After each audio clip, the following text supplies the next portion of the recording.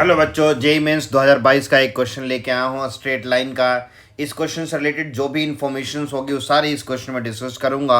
और कोई बच्चा बिल्कुल स्ट्रेट लाइन नहीं पढ़ा होगा उसको भी समझ आ जाए, क्योंकि इससे रिलेटेड जो भी इन्फॉर्मेशन होगी सारी डिस्कस कर दूंगा, बिल्कुल बेसिक्स लेवल से लेके। तो चलो, सबसे पहले करा the distance of the origin from the centroid, यानी ओरिजिन से सेंट्रॉइड ऑफ द ट्राइंगल के बीच का डिस्टेंस बताना है। उस ट्राइंगल के दो साइड्स की इक्वेशन आपको गिवन है और एक ऑर्थो सेंटर का कोऑर्डिनेट गिवन है। तो सबसे पहले हम लोग समझेंगे कि ऑर्थो सेंटर हमारे पास क्या होता है। तो ऑर्थो सेंटर क्या होता है, जो अपोजिट वर्टेक्स से जो हम अल्टीट्यूड ड्रॉ करते हैं उसका जो पॉइंट ऑफ इंटरसेक्शन होता है, अपोजिट साइड से जो ऑल्टीट्यूड, ऑल्टीट्यूड क्या होता है, जो अपोजिट साइड को 90 डिग्री पे मीट करता हो, उस पॉइंट, उन सारी तीनों ऑल्टीट्यूड का जो पॉइंट ऑफ इंटरसेक्शन होता है that is called ortho centre. तो ये हमारा ऑर्थो सेंटर है जिसका कोऑर्डिनेट गिवन है कितना, 7,3 7,3। एक दूसरा वर्ड इसमें मेंशन किया है सेंट्रॉइड। सेंट्रॉइड क्या होता है, centroid is the point of intersection of the median, यानी वर्टेक्स से जो ऐसी लाइन जो अपोजिट साइड को दो इक्वल पार्ट में डिवाइड करती हो उसको मीडियन कहते हैं, और मीडियन का जो पॉइंट ऑफ इंटरसेक्शन होता है उसको हम सेंट्रॉइड कहते हैं। तो सेंट्रॉइड निकालने के लिए सबसे पहले हमारा इंपॉर्टेंट कंडीशन ये है कि किसी तरीके से ये ए बी सी जो तीनों वर्टिसेज हैं इसके अगर कोऑर्डिनेट निकालने हम लोग तो बात बन जाएगी। अब मान लेते हैं कि ये जो दो इक्वेशन दे रखी है साइड की, मान लेते हैं एक की ये है, तो ये क्या है, x minus 2y equal to -1, और एक मान लेते हैं AC की गिवन है यानी 2x minus Y equal to 1। दोनों को सॉल्व करते हैं तो क्या बनेगा, ये बनेगा sir x minus 2y equal to -1, और एक हमारा है 2x minus Y equal to 1। इसको 2 से मल्टीप्लाई कर दो, 2x माइनस ये क्या हो जाएगा हमारे पास, ये 2x माइनस हो जाएगा सर 4y इक्वल टू -2। इनको सॉल्व करेंगे तो ये माइनस, ये प्लस, ये माइनस, ये कैंसिल, तो ये हो जाएगा माइनस का 3y इक्वल टू -3, तो y इक्वल टू 1। अगर y1 यहाँ रखेंगे किसी में, इसमें रख दो y1 तो राइट साइड में जाकर +2, तो यहाँ से आ जाएगा 2x इक्वल टू 2, तो x इक्वल टू कितना आएगा 1। तो इसका मतलब a का कोऑर्डिनेट आ गया 1,1। अब किसी तरीके से b का कोऑर्डिनेट आ जाए तो बात बन जाएगी। अब जैसे मान लो यही ऑल्टीट्यूड है b से जो ड्रॉ करा गया हमने, तो ये क्या करेगा, अपोजिट साइड को 90 डिग्री पे मीट करेगा। तो इसका मतलब AC और ये मान लो फॉर एग्जांपल E है, तो AC और BE ये आपस में 90 डिग्री पे मीट कर रही है। तो हमने पढ़ रखा है दो लाइन अगर आपस में 90 डिग्री पे मीट कर रही हो तो उनका स्लोप का प्रोडक्ट क्या होता है, -1। दूसरी बात, एक डायरेक्ट तरीका होता है कि अगर किसी लाइन के परपेंडिकुलर लाइन निकालनी हो तो इनके कोफिशिएंट को इंटरचेंज कर दो और बीच वाले का साइन चेंज कर दो, ये एक क्राइटेरिया होता है। तो इसका मतलब जो हमारा BE है, BE इसकी इक्वेशन क्या आ जाएगी, इसकी इक्वेशन आ जाएगी x plus 2y equal to plus k equal to 0। कि कांस्टेंट टर्म बदल सकता है, तो कांस्टेंट कैसे निकालेंगे। अब हमें पता है BE जो है किस पॉइंट से पास हो रहा है, तो BE सर पास हो रहा है 7,3 और 7,3, ये इसमें पुट करते हैं तो k की वैल्यू आ जाएगी।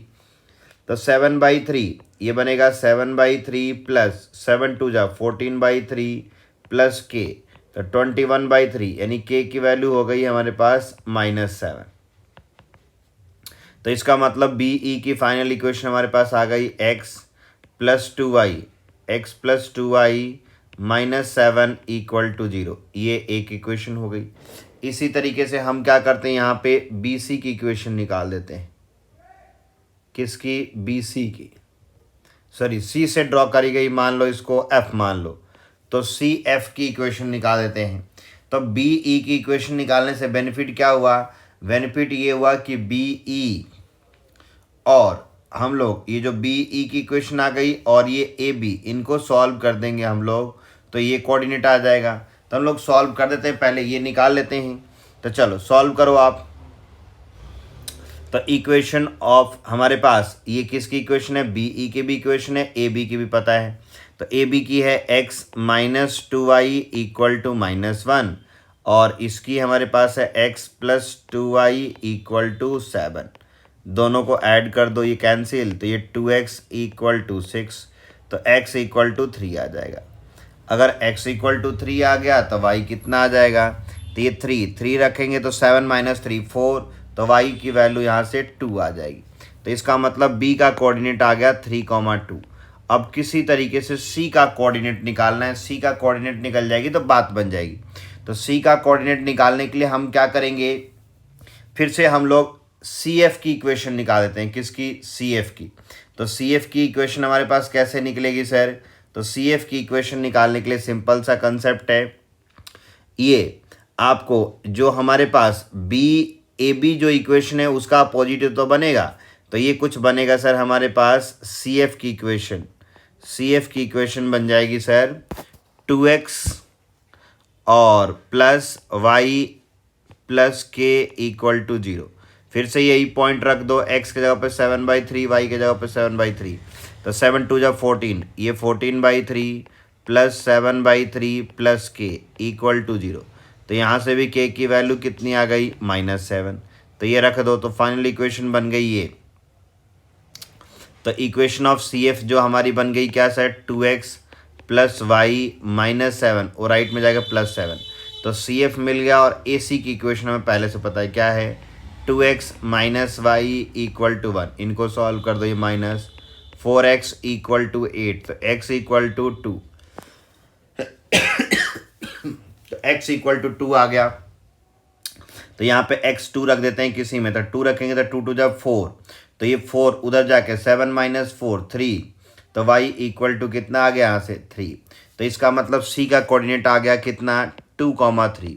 और अगर तीनों का कोऑर्डिनेट निकल गया तो सेंट्रॉइड का कोऑर्डिनेट कैसे निकालते हैं, सेंट्रॉइड को मान लो G, तो सेंट्रॉइड का कोऑर्डिनेट का फॉर्मूला होता है x1 plus x2 plus x3/3 comma y1 plus y2 plus y3 upon 3। इससे हमारा सेंट्रॉइड आ जाता है। तो सेंट्रॉइड के कोऑर्डिनेट निकाल लेते हैं। तो ये हमारे पास सेंट्रॉइड का कोऑर्डिनेट आ गया हमारे पास 1 प्लस 3 4 4 प्लस 2 6 6/3, ये क्या बनेगा 6/3, 1 प्लस 2 3 3 प्लस 3 6 6/3। तो इसका मतलब सेंट्रॉइड का कोऑर्डिनेट आ गया 2,2। अब क्वेश्चन ने बोला है कि डिस्टेंस बताना है ओरिजिन से सेंट्रॉइड के बीच में, तो ओरिजिन का मतलब कोऑर्डिनेट क्या होगा 0,0। तो OG का डिस्टेंस निकाल दो। तो डिस्टेंस कैसे निकालते हैं, डिस्टेंस फॉर्मूला से, तो 2 - 0 यानी 2 का स्क्वायर 4, 2 - 0 4, तो ये √8 हो गया। √8 का मतलब 2√2 हो गया। तो कौन सा ऑप्शन करेक्ट है, C ऑप्शन करेक्ट है। तो इसमें एक बार दोबारा मेंशन कर दूं, सेंट्रॉइड क्या होता है, centroid is the point of intersection of the median of a triangle, orthocentre is the point of intersection of the altitude. ये सारी चीज़ें हमने करी। तो हमने परपेंडिकुलर पता है कि ऑल्टीट्यूड परपेंडिकुलर होता है, तो परपेंडिकुलर की इक्वेशन जनरली हमारी उनकी कोफिशिएंट को स्वैप करके बीच में माइनस लगा देते हैं तो आ जाती है, बट कांस्टेंट टर्म वेरी करती है। तो कांस्टेंट टर्म के लिए उस पॉइंट को सेटिस्फाई करते हैं, क्यों, क्योंकि ऑर्थो सेंटर का पॉइंट तीनों ही अल्टीट्यूड पर लाई करेगा। तो इस तरीके से हमने सॉल्व किया। इसको आप अच्छे से समझे, इस क्वेश्चन को आप लोग।